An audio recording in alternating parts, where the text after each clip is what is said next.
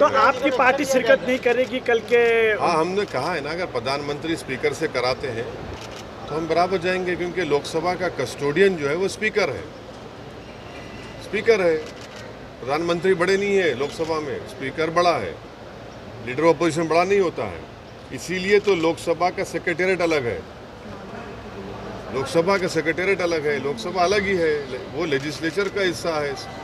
Theory of separation of powers में executive अलग है, इंडिपेंडेंट है, जुडिशियरी इंडिपेंडेंट है, एग्जीक्यूटिव और लेजिस्लेचर अलग है। ये प्रधानमंत्री सब में चले आ रहे हैं, तो वो जाए, उनका नाम तो आ गया ना फाउंडे प्लेग पे, स्पीकर को कराए, ओम बिरला से कराए, क्या होगा? आसमान तो नहीं गिरने वाला है ना, आसमान तो नहीं गिरेगा।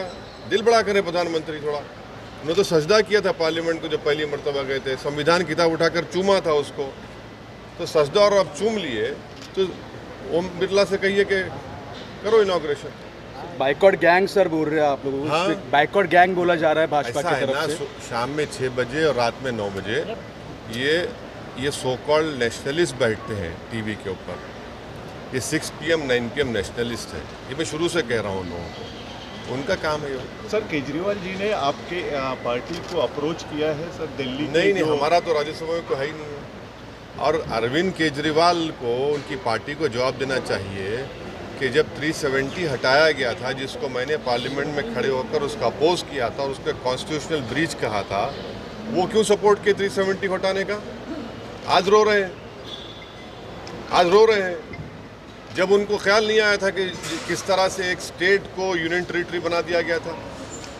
तो ये इनकी हमेशा से अरविंद केजरीवाल जो है सॉफ्ट हिंदुत्व नहीं बल्कि रियल हिंदुत्व को फॉलो करता है, और बीजेपी से बड़ा अपने आप को हिंदुत्व का लीडर बनाने के। अब देखिए क्या हो रहा है, अब लड़ते रहिए। अब तो ऑर्डिनेंस जो सरकार ने इशू किया है वो अनएथिकल है, मगर लीगली उनको राइट है ऑर्डिनेंस इशू करने का। अब सुप्रीम कोर्ट में जाएंगे, वहाँ पर सरकार बोलेगी कि हम पार्लियामेंट बिल ला रहे हैं। अब लड़ते रहिए, अब आप 24 आ जाएगा। तो ये तो इनको सोचना चाहिए था कि उन्हें 370 के साथ क्यों साथ दिया सरकार का। लव जिहाद कानून के मंदिरों में आरएसएस पे बैन लगाने की बातचीत की केरल में जितने भी मंदिर हैं वहाँ पे आरएसएस की जो शाखाएं होती है उस पे बैन लगाने की बातचीत की गई है, सरकार कह रही है। मुझे नहीं मालूम, मैं तो आपसे सुन रहा हूँ, मुझे नहीं सर मेरठ में जो हुआ उसके बारे में कुछ कहेंगे आप? मेरठ में तो एक झूठा इल्ज़ाम लगाया गया है। हमारे कॉरपोरेटर्स पूरे खड़े हुए, गैर ज़रूरी तौर पर बीजेपी के लोग वहाँ पर एग्रेसिवनेस दिखाए, गैर ज़रूरी तौर पर गाली गलौज किए और दबाने की कोशिश किए। मगर हम बीजेपी के लोगों से कहना चाहेंगे कि एमआईएम से सब मत करिए आप।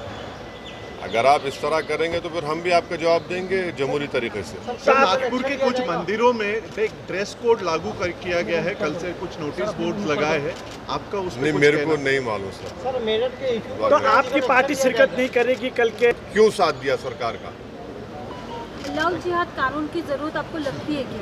है लव जिहाद जैसे कायदे करना चाहिए, ऐसे आपको लगता है क्या जरूरत है उसकी? देखिए, भारत के संविधान में जो 18 साल और 21 साल का जो हो जाता है तो उनको शादी करने का राइट है।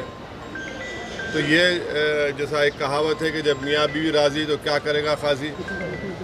ये कौन होते हैं लव जिहाद के कानून पे बनाने वाले? कैसे बनाएंगे आप, कैसे प्रूफ करेंगे?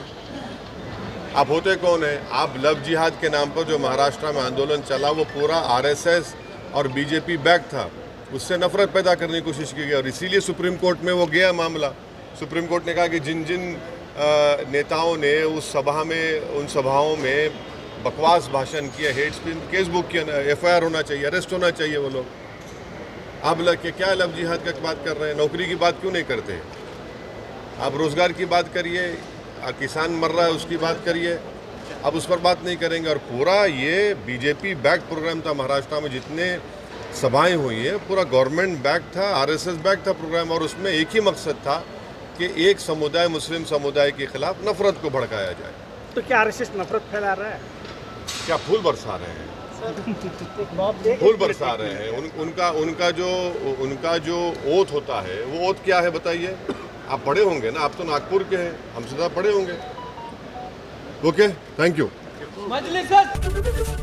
एबीपी माझा, उघडा डोळे बघा नीट।